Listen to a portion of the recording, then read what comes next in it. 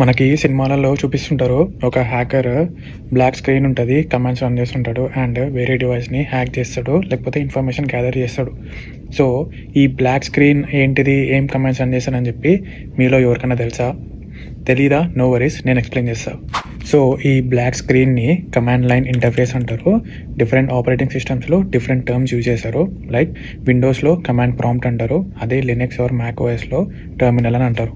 ఈ command line interface అనేది ఒక టెక్స్ట్ బేస్డ్ ఇంటర్ఫేస్. మనము కమాండ్స్ రన్ చేస్తాం అండ్ అవుట్పుట్ వస్తుంది. మనకి గ్రాఫికల్ యూజర్ ఇంటర్ఫేస్ తెలుసు, లైక్ అప్లికేషన్స్ ఉంటాయి అండ్ మనము ఆ అప్లికేషన్ యూజ్ చేసి ఏదైనా ఆపరేషన్ పర్ఫామ్ చేసుకుంటాము.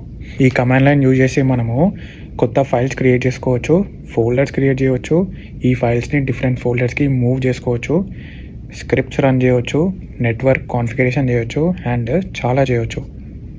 ఈ డిఫరెంట్ ఆపరేటింగ్ సిస్టమ్కి సంబంధించిన కమాండ్స్ అన్నీ ఒక వెబ్సైట్లో అవైలబుల్ ఉన్నాయి.